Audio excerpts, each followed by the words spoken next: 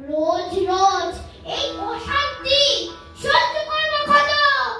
দুজনে দু জায়গায় থাকবি, যে যার মতন। না মা, প্লিজ বোর্ডিং এতে পাঠিও না। আমি বোনকে ছেড়ে থাকতেই তো পারবো না। কথা দিচ্ছি আর কখনো বোনকে আমি মারবো না। প্লিজ মা, এমন কথা আর কখনো বলবে না। দাদাকে ছাড়া আমি ঘরে থাকতেই তো পারবো না। ও, আমি যাতে বোর্ডিং এ যাই সেটাই তো তুই চাস। ভালো ভালো খাবারগুলো একাই যাতে পাস। না না, তুই তো আমার লক্ষ্মী দাদা, তোকে কখনো ছাড়তে পারি?